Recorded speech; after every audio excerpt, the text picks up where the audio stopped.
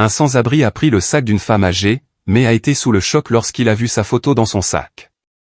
D'aussi loin qu'il se souvienne, João avait toujours vécu dans un orphelinat. Il n'avait que de vagues souvenirs d'avoir eu des parents une fois, mais le garçon avait oublié leur visage.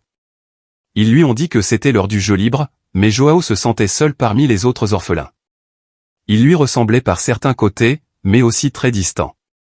Chacun avait enduré sa propre triste histoire, pleine de douleur et de déception. L'orphelinat était un endroit inconfortable et impersonnel, avec des chambres identiques, des lits en bois simple avec des matelas durs et des placards ternes. Les murs nus ne comportaient ni photos ni dessins. João rêvait désespérément d'avoir son propre petit coin, où il pourrait de temps en temps se retirer et rêver. Les soignants de l'orphelinat ont essayé de s'occuper des enfants, mais ils étaient peu nombreux. João se sentait souvent inaperçu et oublié. Il lui manquait le soutien d'adultes capables de lui procurer un sentiment de sécurité et de chaleur. D'autres enfants ressentaient la même chose que João, c'est pourquoi ils se battaient souvent pour obtenir l'attention et les jouets de leurs soignants. Le garçon a essayé d'éviter les conflits et s'est caché dans un coin avec un vieux livre usé. Ce livre était le seul souvenir de sa vie passée. John n'avait pas oublié comment sa mère lui lisait des contes de fées. De là, il feuilletait souvent les pages jaunies et regardait les illustrations représentant les visages heureux des princes et des princesses. João soupira, les enviant désespérément. Le garçon devait souvent se défendre contre d'autres enfants qui essayaient de déchirer son livre, sachant à quel point il lui était précieux. Dans ces moments-là, il avait envie de pleurer, et chaque altercation cruelle laissait de profondes cicatrices dans son âme. La nuit, avant de s'endormir, João rêvait qu'un jour quelqu'un viendrait à l'orphelinat et l'emmènerait dans une nouvelle maison, où il serait aimé et soigné. Il imaginait que les nouveaux parents le serreraient dans leurs bras et lui diraient que tout irait toujours bien. Cela a donné à John la force de passer le lendemain. Parfois, le garçon faisait des rêves heureux dans lesquels il se voyait entouré d'une famille aimante. Il imaginait une belle et lumineuse maison où il vivait avec des parents qu'il acceptait tel qu'il était. Après ces rêves, João se réveillait toujours en larmes. Chaque fois que des familles sans enfants venaient à l'orphelinat, le cœur de João se remplissait d'espoir, mais, à sa grande déception, il n'était jamais choisi. Dans ces moments-là, João avait l'impression de ne pas exister dans le monde, comme s'il était simplement invisible. Le garçon soupira profondément, mais continua de croire qu'un jour, son rêve se réaliserait. Un jour, alors que les enfants jouaient au ballon dans la cour, une femme plus âgée arriva à l'orphelinat. Elle portait une robe usée mais propre et bien repassée. Ses cheveux noirs, mouchetés de gris, étaient disposés autour de sa tête. João a immédiatement remarqué que la femme avait un visage très gentil et des yeux clairs. Avec elle se trouvait une fille qui semblait avoir le même âge que le garçon. Elle ressemblait beaucoup à la femme. « Ce doit être votre fille », pensa John. « Je me demande pourquoi ils sont ici. » La femme et sa fille ont été accueillis par le directeur de l'orphelinat, qui les a invités à entrer. Ils l'ont immédiatement suivi, disparaissant de la vue de John.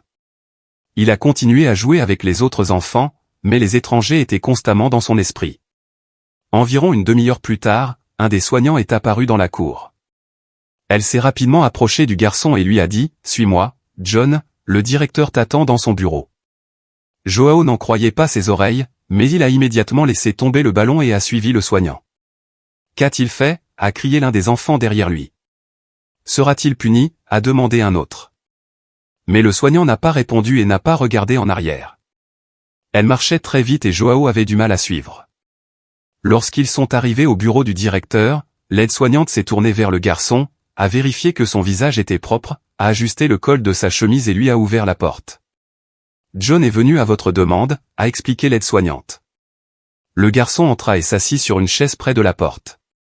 Dans le bureau, outre le directeur, il y avait les étrangers auxquels João pensait. « John, dis bonjour à Madame Castro, elle veut devenir ta mère adoptive », a déclaré le directeur. En entendant cela, João sentit son cœur s'emballer. « Serait-ce vrai ?»« Bonjour, madame », répondit poliment João. « Je m'appelle Maria », dit la femme en désignant la fille assise à côté d'elle. Elle a ajouté « Et voici ma fille, Anna. »« Enchanté de vous rencontrer », répondit John machinalement. Ses pensées étaient confuses dans sa tête. Anna lui fit un signe de tête. « Pourquoi veux-tu un autre enfant alors que tu as déjà le tien ?» demanda John de façon inattendue. Le directeur le regarda avec désapprobation, mais Madame Castro se contenta de sourire, ce qui rendit son visage encore plus gentil. J'ai toujours rêvé d'avoir un enfant, mais mon mari est décédé très tôt et je n'ai jamais pu réaliser mon souhait. Maintenant, je suis trop vieille pour avoir mes propres enfants, alors j'ai décidé d'adopter un enfant. Je pensais trouver un bon garçon de l'âge d'Anna. Vous les gars, ils s'amuseraient plus ensemble. Vous avez 8 ans, n'est-ce pas? Joao hocha la tête, et Anna aussi. Maria sourit à nouveau. Merveilleux, osa Joao expirer. Il tripota nerveusement un bouton de sa chemise et décida de demander, puis-je emporter avec moi le livre que ma mère m'a donné? Il est très vieux et usé. Bien sûr que vous pouvez le prendre, a répondu Madame Castro. En entendant cela, le garçon sourit largement. Maintenant, il était sûr qu'il aimerait sa nouvelle famille. Et c'est ce qui s'est passé. En une semaine, la vie de Joao a radicalement changé. Il a emménagé dans la maison de Maria. C'était petit, lumineux et très accueillant. Le garçon a immédiatement aimé la maison. Ça sentait bon et il avait sa propre chambre. Il y avait un lit moelleux et les murs étaient ornés d'étagères remplies de livres et d'affiches de personnages de dessins animés. Maria le traitait comme son propre fils, le considérant comme un garçon intelligent et gentil qui avait besoin d'amour et de soutien. Anna est rapidement devenue amie avec Joao. Pendant les vacances scolaires, ils jouaient ensemble toute la journée. La fille a montré à John tous ses jouets, et il a été très surpris lorsqu'il a réalisé que cela ne la dérangeait pas qu'il joue avec eux. « Maman, il est trop cool !» Anna a dit à Maria. « Je suis tellement heureuse d'avoir un frère maintenant. » Maria était ravie d'entendre ces mots. Avant de décider d'adopter, elle craignait beaucoup que le nouvel enfant ne s'entende pas avec Anna, mais ses craintes se sont révélées infondées. L'amitié entre Joao et Anna s'est développée rapidement et ils sont devenus presque inséparables. Ils inventèrent ensemble de nouveaux jeux et construisirent même un petit fort dans le jardin. Là, les enfants se cachaient et se racontaient des histoires effrayantes. À la fin des vacances d'été, Maria a emmené Joao à l'école et l'a inscrit dans la même classe qu'Anna. Les camarades de classe ont accueilli le nouvel élève très chaleureusement. Ils ont aimé Anna et ont immédiatement accepté son frère. Maria a aidé Joao à faire ses devoirs et a encouragé son enthousiasme pour l'apprentissage, afin qu'il s'adapte rapidement à la nouvelle école. Anna a également soutenu Joao, l'aidant à se souvenir des règles et d'autres supports d'études. Maria a su créer une atmosphère familiale et chaleureuse à la maison. Elle cuisinait très bien et demandait souvent à Anna et Joao de l'aider. Ils se sont tellement amusés à éplucher des pommes de terre ou à couper des légumes pour la salade. Un soir, au dîner, Maria proposa une nouvelle tradition, les enfants, faisons un pique-nique tous les dimanches. Joao et Anna ont accepté avec enthousiasme. Désormais, à la fin de chaque semaine, ils se réveillaient tôt, préparaient des sandwichs et de la limonade maison et emportaient le tout dans le jardin. Joao a étendu une couverture à carreaux sur l'herbe et ils ont pris leur petit déjeuner dehors avant de jouer ou de parler de diverses choses. Le garçon ne s'était jamais senti aussi heureux. Joao et Anna ont grandi ensemble, profitant de chaque instant de leur enfance. Leur amitié et leur compréhension se sont approfondies d'année en année. Ils ont partagé leur joie et leur peine, se sont soutenus mutuellement dans tous leurs efforts et ont affronté les difficultés ensemble. Lorsque Joao et Anna ont atteint l'adolescence, ils ont commencé à développer de nouveaux intérêts et de nouveaux amis, mais ils partageaient toujours tout ce qui leur arrivait. Ensemble, ils rêvaient du moment où ils termineraient leurs études et iraient à l'université. Peut-être que nous irons même à l'université, dit Anna avec espoir en ouvrant son cahier pour commencer à faire ses devoirs. Pourquoi pas, la soutenait Joao. Il faisait aussi ses devoirs, assis à côté d'Anna à la table de la cuisine. J'aimerais devenir designer, dit la jeune fille en mordillant le bout de son crayon. Et je veux devenir programmeur, a partagé le garçon. Anna hocha la tête. C'est un métier merveilleux, s'est-il exclamé. J'espère que nous pourrons le faire. Nous le ferons, sourit John. Ses conversations sincères avec sa sœur l'ont inspiré et il était convaincu qu'ensemble, ils pourraient tout réaliser. Lorsque Joao et Anna ont atteint leur dernière année de lycée, leur relation a commencé à changer. Joao a toujours su qu'Anna était sa meilleure amie, mais il se rendait maintenant compte que ses sentiments pour elle étaient devenus beaucoup plus profonds. Il commença à remarquer à quel point elle était belle et se sentit gêné par cette pensée. Son cœur battait un peu plus vite lorsqu'il aperçut Anna, et Joao avait peur qu'elle le remarque. Il ne savait pas si Anna ressentait la même chose pour lui et il avait peur et se sentait mal à l'aise de lui demander. Maria a vu comment Joao regardait sa fille, mais elle n'est pas intervenue dans ces moments-là. Elle regrettait plus que jamais que son mari ne soit pas présent. Il pourrait parler à Joao de ses sentiments, d'homme à homme, pensa-t-il. C'était une période difficile, les examens et les candidatures universitaires approchaient. Joao et Ana se préparaient à ces événements importants de leur vie et Maria les soutenait autant qu'elle le pouvait. Je n'avais pas le temps de penser à autre chose. Bientôt, le bal de fin d'études approchait, un événement important pour chaque élève de l'école. Joao et Ana attendaient ce jour avec impatience.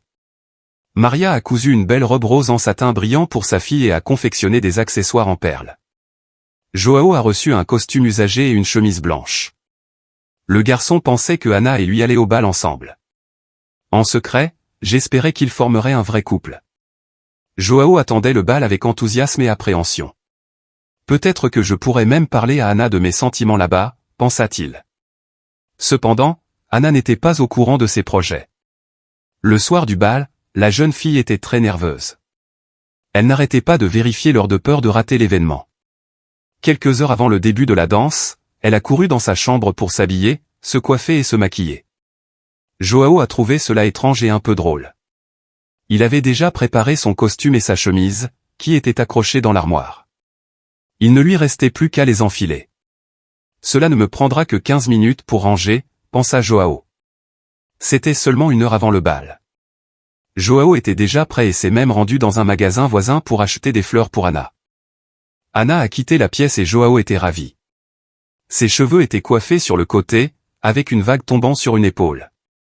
Ana portait des talons hauts, ce que Joao n'avait jamais vu auparavant. Il était étonné. Tu es magnifique. Tu es si belle, Ana, bégaya le garçon en lui tendant les fleurs. Ana a pris le bouquet, lui a fait un sourire espiègle et l'a fait tournoyer dans la pièce pour un effet supplémentaire. Merci. Tu es très belle aujourd'hui aussi, dis-je joyeusement à Joao. Allons en taxi, dit le garçon. Je devrais être là dans 15 minutes. Ana se retourna, regarda Joao confuse, puis un air embarrassé traversa son visage. À ce moment, le bruit d'un moteur se fit entendre à l'extérieur. Ana s'est excitée et a couru vers la fenêtre. C'est arrivé, s'exclama-t-il en détresse. Qui a demandé Joao, perplexe. Ana le regarda avec excuse. John, chérie, je suis désolé, mais je ne peux pas aller au bal avec toi, dit-elle doucement. Mais pourquoi, murmura Joao. Je suis désolé de ne pas te l'avoir dit plus tôt, répondit précipitamment Ana en évitant son regard. Marcos Aguiar, de la classe parallèle, m'a invité. Joao regarda la fille, confus. Marcos? Celui qui conduit la Jeep de luxe, a-t-il demandé. Ana hocha la tête. Désolé, dit-elle encore et elle sortit en courant de la pièce. John est resté seul. Dans sa précipitation, Ana a laissé les fleurs sur la table. Le garçon prit un vase, le remplit d'eau et y plaça le bouquet. Puis il se dirigea vers la fenêtre. La luxueuse Jeep noire était toujours garée devant leur portail. À côté du véhicule, penché nonchalamment, se trouvait un grand garçon vêtu d'un costume coûteux. John l'a reconnu. Marcos a toujours attiré l'attention par ses manières et son statut. Ana était à côté de lui, souriant et parlant. Le cœur de Joao se serra de douleur et de jalousie lorsqu'il vit Marcos serrer Ana dans ses bras, lui ouvrir la portière de la voiture et l'aider à monter. Marcos est ensuite monté dans la Jeep et la voiture est partie. Joao resta un moment à la fenêtre, réfléchissant à ce qu'il devait faire. Ce soir-là, il n'est pas allé au bal. Son cœur était brisé. Joao est monté à l'étage, a mis quelques affaires dans un sac à dos et a écrit une lettre à Maria, qui travaillait ce jour-là. Il s'est excusé et lui a exprimé son profond amour. Après avoir laissé la lettre sur la table de la cuisine, il quitta la maison et se dirigea vers la gare. Là, Joao a acheté un billet pour une autre ville et est monté à bord du train. Il a décidé de partir pour commencer une nouvelle vie indépendante et oublier le premier amour qui s'était épanoui de manière inattendue dans son cœur. Dans le train, Joao se sentait seul et perdu, mais il était déterminé à ne pas revenir. Je dois trouver ma place dans le monde, pensait-il. Il est temps de prouver que je peux subvenir à mes besoins et ne pas seulement dépendre de ma mère. Laissons Ana réaliser ce qu'elle a perdu. Joao savait que ses actes blessaient Maria, qui avait toujours été gentille avec lui et faisait tout ce qu'elle pouvait pour lui, comme s'il était son propre fils. Cependant, Joao était têtu et les actions d'Ana l'avaient profondément blessé. Il ne rentrerait jamais à la maison. Le jeune homme était déchiré par un tourbillon d'émotions, peur de l'inconnu, jalousie, tristesse et espoir d'un avenir meilleur. Peut-être que je pourrais devenir riche comme Marcos, marmonna Joao. Alors Anna regrettera sa décision. Lorsque Joao est arrivé dans la nouvelle ville, il a trouvé une auberge bon marché près de la gare et s'est enregistré. Il savait qu'il ferait face à de nombreux défis, trouver un emploi, un logement permanent, rencontrer de nouvelles personnes et se faire des amis. Le ressentiment et la colère ont alimenté sa détermination à surmonter tous les obstacles. Le lendemain, Joao a commencé à chercher du travail pour gagner son propre argent. Peu de temps après, il a trouvé un emploi à temps partiel dans un café, faisant la vaisselle et aidant en cuisine. Cependant, quelques jours plus tard, le chef cuisinier s'est plaint au propriétaire que John travaillait trop lentement et était trop méticuleux. Joao a été licencié sans salaire. Joao était dévasté, mais il n'a pas abandonné. Malgré ses efforts, il n'a pas réussi à trouver un autre emploi. D'autres invités de l'auberge ont essayé de l'aider, mais il a continué à se débattre. Il a passé des mois sans travail, vivant dans la précarité, mais il n'a pas perdu courage pour autant. Malheureusement, une fois de plus, la déception l'attendait. Il n'a pas été payé une nouvelle fois, et cette fois, aucune raison n'a été donnée. « Tu es viré, gamin », ont-ils dit, et John était impuissant à faire quoi que ce soit. N'ayant plus d'argent, Joao s'est endormi sans dîner et s'est réveillé le lendemain avec une forte fièvre. Il part néanmoins chercher du travail en ville. Son apparence était horrible, yeux gonflés, cheveux ébouriffés et vêtements froissés et sales. Voyant tout cela, les employeurs l'ont licencié sans pitié. Le jeune homme était au bord du désespoir. Il avait visité de nombreux endroits, mais en vain. Son espoir d'un avenir meilleur s'estompait peu à peu. Le soir, en rentrant chez lui après une journée infructueuse, il se rend compte qu'il n'a rien mangé depuis longtemps. Son estomac grondait de faim, mais il n'y avait pas une seule pièce dans son portefeuille. Comment pourrait-il survivre un autre jour sans nourriture? Joao entra dans un magasin sans savoir ce qu'il s'attendait à trouver. Sa tête tournait, tout était flou et son cœur battait fort dans sa poitrine. Joao a parcouru les allées d'épicerie et de plats préparés, réalisant qu'il ne pouvait rien acheter. Il s'arrêta devant une étagère remplie de friandises et, de façon inattendue, en ramassa une. Le petit pain sentait la cannelle et la vanille. Sans se rendre compte de ce qu'il faisait, Joao a caché le pain sous son manteau et a couru vers la sortie. Personne ne l'a arrêté. À l'extérieur du magasin, il fit le tour du pâté de maison, sortit le bagel et le mangea rapidement. Malgré sa culpabilité, il se surprit à penser qu'il aurait dû en manger davantage, car il avait encore faim. Tout son être voulait retourner au magasin, mais Joao se contrôla et rentra chez lui à pied. En chemin, il s'est arrêté dans un parc près de chez lui. Assis sur un banc, il leva les yeux vers les étoiles et soupira profondément. Qu'avait-il fait? Je n'avais jamais volé auparavant. Joao pensait à Maria et Anna. Comment allait-elle? Se souvenait-il de lui ou avait-il déjà oublié son existence? Serait-il même heureux qu'il soit parti? Que dirait-il s'ils étaient au courant de vos actions? Au fond, Joao connaissait la réponse. Maria et Anna l'ont manqué et ont attendu son retour. Sa mère adoptive, gentille comme toujours, pleurerait si elle apprenait qu'il avait volé un bagel dans le magasin. John soupira. Peut-être que je ferais mieux d'oublier ma fierté et de rentrer chez moi, pensa-t-il. Il était sur le point de se lever et de se diriger vers la sortie lorsqu'il aperçut un jeune homme de son âge assis sur un banc à proximité, le regardant sans vergogne. « Qu'est-ce que tu regardes ?» demanda John grossièrement. Il avait faim et était en colère contre tout le monde et contre cette ville qui n'avait pas été très gentille avec lui. « Je suis juste curieux de savoir ce que tu fais ici au milieu de la nuit, » répondit nonchalamment le jeune homme en allumant une cigarette. « Je veux m'asseoir ici, alors je le suis, » a répondu Joao. « Vous avez l'air un peu perdu, » observa nonchalamment le jeune homme en aspirant sa cigarette et en lâchant un nuage de fumée dans l'air. « J'en ai marre de travailler gratuitement, » a admis Joao de manière inattendue. « Et ils ne veulent pas me payer. »« Ah, je vous comprends, » dit le jeune homme. « J'ai vécu la même chose une fois. »« Et maintenant ?» demanda John en se penchant en avant. Il eut soudain l'impression que ce type pouvait l'aider.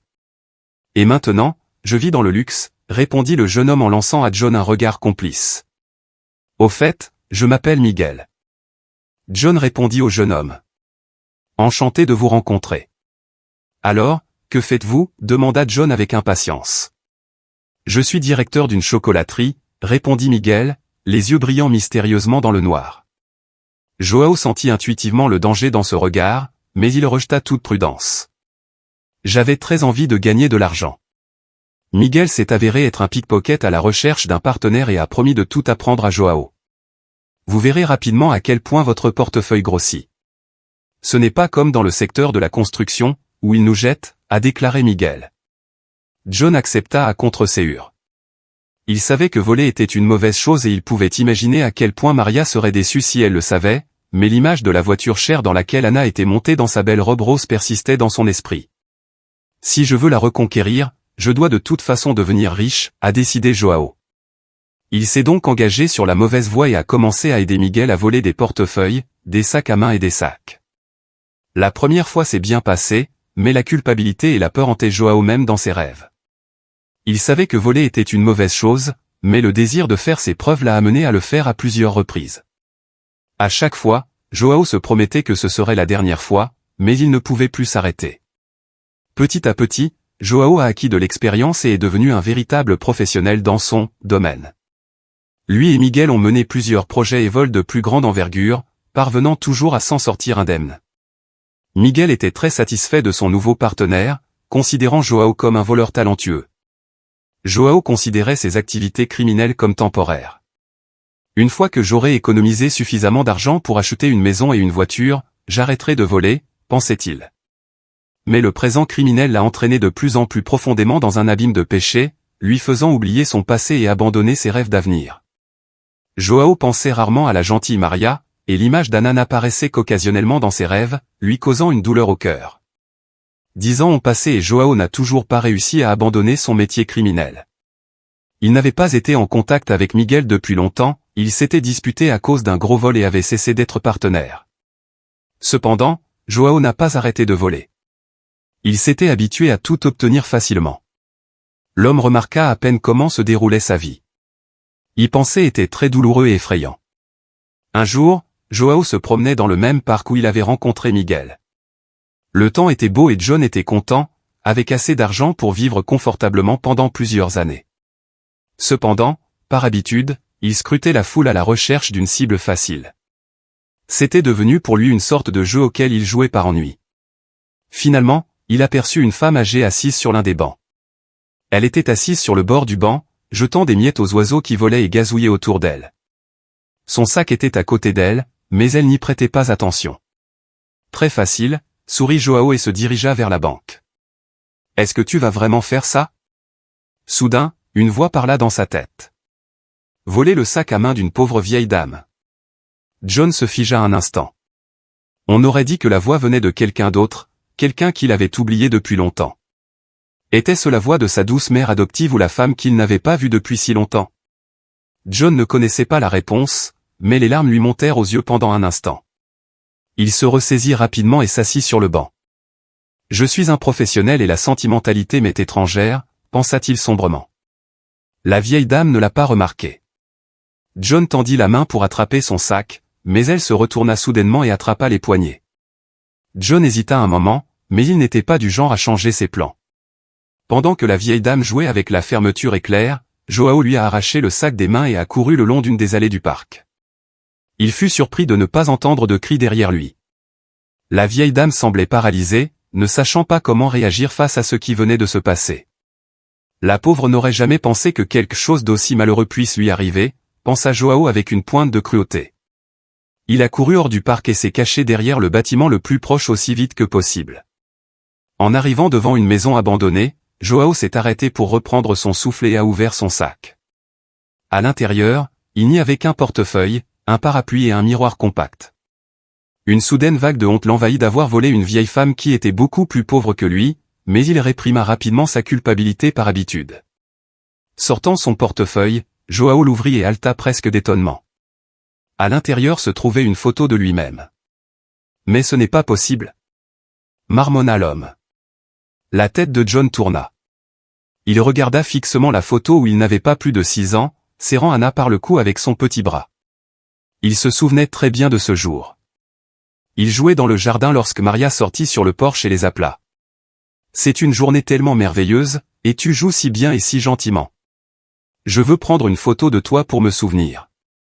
Joao et Anna se sont embrassés et ont souri, et Maria a pris la photo. Merveilleux, dit-elle, les yeux brillants de bonheur. Alors ils sont partis jouer et il a oublié la photo. Et voilà que Joao l'avait trouvée dans le portefeuille de la vieille dame à qui il venait de voler son sac à main. Est-ce que ça pourrait vraiment être Maria, pensa-t-il. Elle avait tellement vieilli qu'il ne la reconnaissait même pas. Ou était-ce uniquement à cause de son cœur endurci et gelé, qui ne réagissait pas face à un proche? Joao était sur le point de pleurer, mais il savait que le passé ne pouvait pas être défait. Il a immédiatement couru vers le parquet à chercher le banc où était assise la vieille dame, mais il était désormais vide. Apparemment, Maria n'a pas appelé la police. Peut-être qu'elle l'a même reconnue et a choisi de garder le silence sur le vol. Joao se sentait submergé de honte. Sa gentille mère adoptive avait tant fait pour lui et il se comportait comme un véritable père ingrat. Le cœur de John était rempli de douleur et de remords. Il réalisa qu'il avait blessé quelqu'un qui avait toujours tenu à lui et l'aimait. Assis sur le banc, Joao se retourna, horrifié par sa vie. Comment ai-je pu tomber si bas, pensa-t-il. C'est seulement maintenant qu'il comprit que rien de tout cela n'était un jeu. Il était devenu un véritable criminel, et maintenant ses mains étaient tachées de centaines de crimes et de milliards de larmes de la part de ceux qui l'avaient trompé, volé et trahi. Joao regardait ses mains avec peur et les frottait inconsciemment, comme pour essayer d'effacer les traces de son passé criminel. La nuit est venue rapidement et il a commencé à faire sombre. L'homme resta dans le parc, oubliant le temps. Lorsque les lampadaires se sont allumés, Joao a finalement repris ses esprits. Il reprit le portefeuille de Maria et regarda la photo. Anna. Murmura doucement Joao, sentant que l'amour qu'il avait pour elle était toujours vivant dans son cœur. Joao a continué à examiner le contenu du portefeuille et a trouvé une autre vieille photo en noir et blanc. C'était de Marie. Joao n'avait plus aucun doute sur le fait qu'il avait volé le sac à main de sa mère adoptive. Je dois rendre à Maria ce que j'ai volé, a décidé Joao. Mais comme apparemment elle et Anna avaient déménagé et vivaient maintenant dans la même ville que lui, mais qu'ils ne connaissaient pas leur nouvelle adresse, Joao a soupiré profondément, se retenant. Les larmes. Puis il remarqua dans son portefeuille un morceau de papier arraché à un cahier.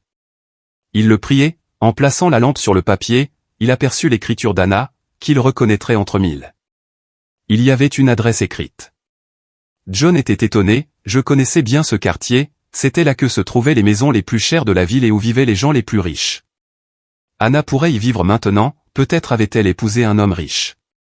Joao soupira, mais décida de se rendre à l'adresse le lendemain pour tout savoir et rendre le sac de Maria. Joao s'est retourné toute la nuit, incapable de dormir. Juste avant l'aube, il a dormi un court moment, mais s'est réveillé une heure plus tard, réalisant qu'il ne pouvait plus dormir. Joao s'est levé, a pris une douche, s'est habillé et a quitté la maison avec un sac en plastique contenant le portefeuille de Maria. Sa maison n'était pas loin de la zone mentionnée sur le morceau de papier, Joao n'a pas mis plus de 30 minutes pour y arriver. Il trouva rapidement la maison, c'était un grand manoir peint en bleu clair. Il était encore très tôt et l'environnement était silencieux. John ne savait pas quoi faire, dois-je sonner à la porte ou attendre que quelqu'un sorte? Après quelques hésitations, il décida de se cacher à proximité et d'attendre. Finalement, la porte s'est ouverte et un homme âgé digne et une femme agréable de son âge sont apparus. Ils ont dit au revoir à quelqu'un qui les accompagnait, puis sont montés dans une voiture de luxe garée à l'extérieur et sont partis. Les sens de Joao, aiguisés par des années de vol, lui disaient que la voie était désormais libre. Il est sorti de sa cachette et a marché jusqu'à la maison par le chemin bien entretenu. Lorsqu'il sonna à la porte, il eut l'impression que son cœur allait sortir de sa poitrine. Une telle nervosité lui était étrange, il cultivait depuis longtemps une attitude froide et était indifférent à la plupart des événements de sa vie. Ce qui se passait maintenant donnait intuitivement l'impression que quelque chose d'important était sur le point de changer, et c'est ce qui s'est produit. La porte s'ouvrit et une jeune femme apparut sur le seuil. Ses traits semblaient familiers et même chers à Joao. Elle avait beaucoup changé au fil des années, ses cheveux étaient maintenant clairs et il y avait de fines rides sur son visage, mais il reconnaissait toujours que sa bien-aimée Anna était momentanément sans voix et se sentait comme un jeune homme éprouvant ses premiers sentiments romantiques. Anna était vêtue d'un uniforme de servante, une robe noire avec un col blanc et un tablier blanc. Elle tenait un chiffon de nettoyage à la main. « Qu'est-ce que tu veux » fronça-t-il les sourcils, ne reconnaissant pas l'homme. Joao inspira profondément et murmura en tremblant, « Anna, c'est moi, Joao. » La femme s'étouffa en se couvrant la bouche avec sa main. « John, ça ne peut pas être le cas, » parvint-elle à peine à balbutier. John hocha la tête. « Oui, c'est moi, » dit-il amèrement. « Mais tu as disparu il y a de nombreuses années, » s'est exclamée Anna. « Maman et moi avons tellement pleuré quand tu es parti. » Joao ressentit un sentiment de culpabilité. « Je savais que cela arriverait, mais je n'y suis toujours pas retourné, » pensa-t-il. « Puis-je entrer » a-t-il demandé. « Bien sûr, » répondit Anna en s'éloignant. « Mais comment sais-tu que je travaille ici ?» Joao sentit ses oreilles commencer à brûler. Comment pouvait-il admettre à Anna qu'il était devenu un voleur et avait volé le sac à main de sa gentille mère? Elle ne me pardonnera jamais, pensa-t-il amèrement.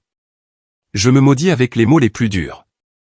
Quel imbécile je suis, se maudit-il mentalement. Je vais tout expliquer, a déclaré Joao. Anna l'emmena dans le salon et l'assit sur le canapé.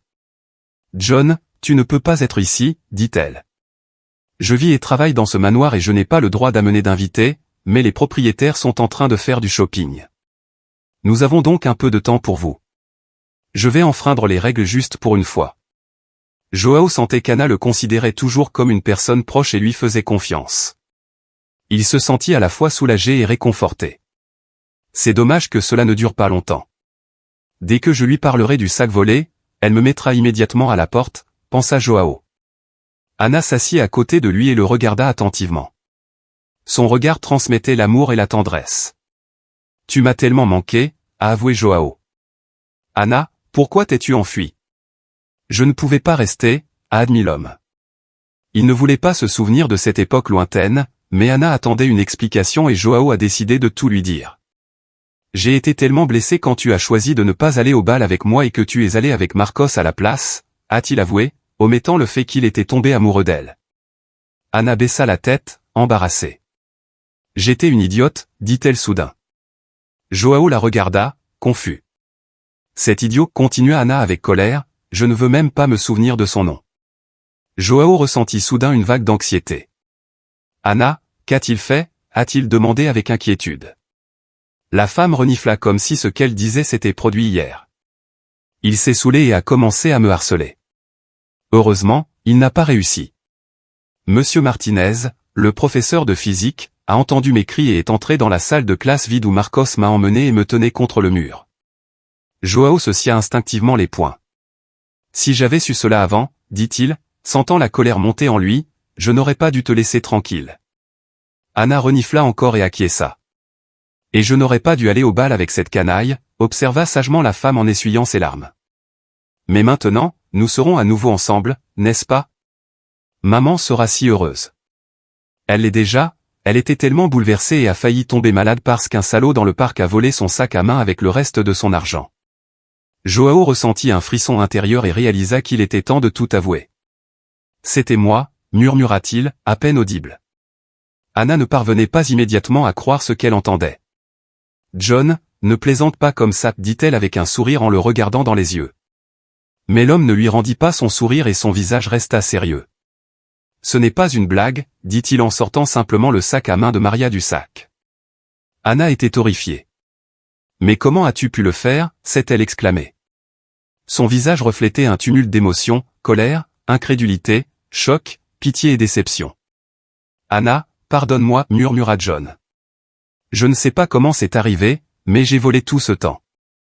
J'ai honte de la façon dont j'ai vécu ma vie. Anna se leva du canapé, titubant légèrement, et quitta la pièce. Elle était choquée par ce qu'elle venait d'apprendre. Joao s'appuya contre le dossier moelleux du canapé et ferma les yeux un instant. C'est fini maintenant, elle ne me le pardonnera jamais, pensa-t-il encore. Lorsqu'il ouvrit les yeux, il se redressa et plaça soigneusement le sac de Maria à côté de lui. Puis il se leva et se dirigea vers la porte, ayant l'impression qu'une partie de lui était morte pour toujours. Dans le couloir, Joao a remarqué un ensemble de vieilles montres coûteuses sur une étagère. Inconsciemment, il les attrapa et les cacha sous son manteau. Il sortit sans penser à autre chose, comme si son cœur s'était arrêté de battre pour toujours.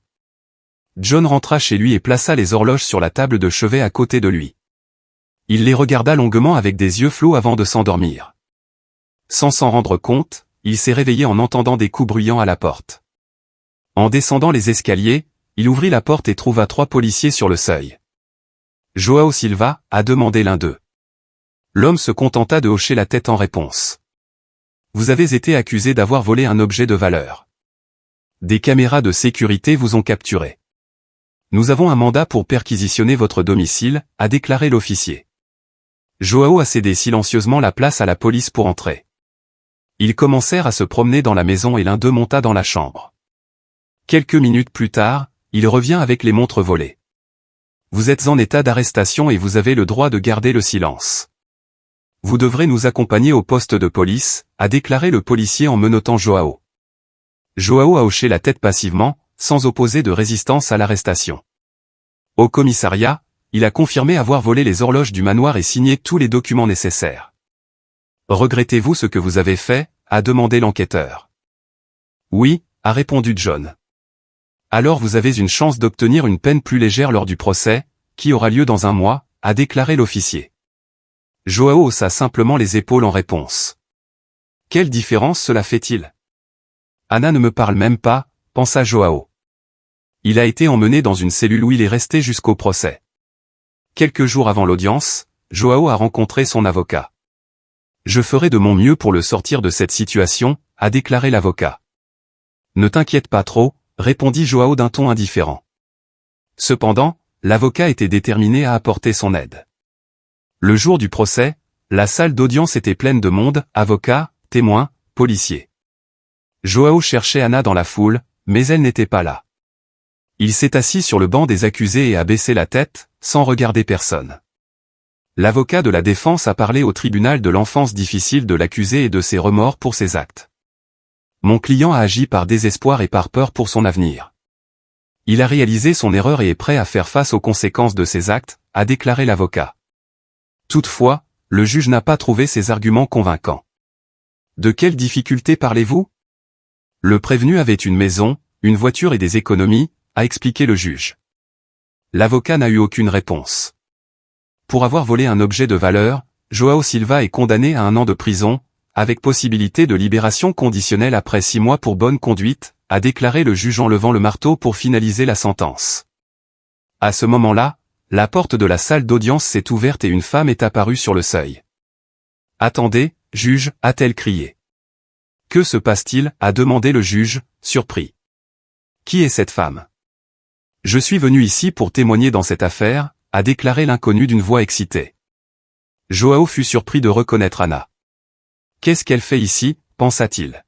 « Elle est venue me chercher. » Une étincelle d'espoir s'illumina dans son cœur. « Anna » murmura-t-il. La jeune femme fit un pas en avant et commença à parler. Il a raconté au tribunal son enfance avec Joao et ce qui s'est passé le soir du bal. Avec le désespoir dans la voix, Anna s'est reproché tout ce qui était arrivé à Joao. « Si je n'avais pas été si aveugle, Joao ne serait pas parti de chez moi en suivant le mauvais chemin », a déclaré Anna. Son histoire a profondément ému tout le monde dans la salle d'audience. « S'il vous plaît, juge », supplia Anna, « s'il vous plaît, réduisez la peine. Je ne veux pas que Joao aille en prison. Il a toujours été gentil, attentionné et responsable. Joao a toujours été comme un frère pour moi. Il essayait juste de trouver sa place dans la vie, mais il s'est retrouvé impuissant et dans une situation difficile. Je suis sûr qu'il n'est pas trop tard pour arranger les choses. Donnez une seconde chance à John. » Anna savait que convaincre le juge ne serait pas une tâche facile, mais elle croyait de tout son cœur qu'elle pourrait y parvenir. À ce moment-là, Maria entra dans la salle d'audience. Elle a également pris la défense de Joao, décrivant à quel point il était affectueux et obéissant lorsqu'il était enfant. Joao a réalisé mon rêve et est devenu le meilleur fils du monde. Je ne souhaiterais plus jamais quelqu'un. En entendant cela, Joao sentit les larmes couler sur son visage. Maman m'a pardonné, pensa-t-il avec soulagement. Il était désormais prêt à se battre pour son avenir, j'avais enfin quelque chose à perdre. Lorsqu'on lui a donné l'occasion de parler, John s'est excusé auprès de tous ceux qui l'avaient blessé et trompé, promettant de ne plus jamais voler. Après cela, le juge a pris sa décision. Compte tenu de toutes les circonstances de l'affaire, des sincères remords de l'accusé et du soutien de sa famille, il a décidé de donner à Joao Silva l'opportunité de faire la paix et de réduire la peine. Au lieu de la prison, je condamne Joao à 6 mois de travaux d'intérêt général. Le début a été un peu difficile pour tout le monde, mais au fil des jours, leurs interactions sont devenues plus confiantes et plus étroites. Joao a finalement avoué à Ana qu'il l'avait aimée toute sa vie et elle a répondu qu'elle avait aussi des sentiments pour lui. Lorsque le service communautaire de Joao a pris fin, il a vendu sa maison, sa voiture et tout ce qu'il possédait, reversant l'argent à des organisations caritatives. Ainsi, lui, Ana et Maria sont retournés dans leur ancienne maison, dans leur ville natale. Joao et sa bien-aimée se sont mariés modestement et, après avoir laissé le passé derrière eux, ont commencé à construire une nouvelle vie heureuse. Merci beaucoup d'avoir regardé. N'hésitez pas à commenter, aimer la vidéo et vous abonner à notre chaîne. Voir d'autres vidéos spéciales que j'ai sélectionnées pour vous. À plus tard.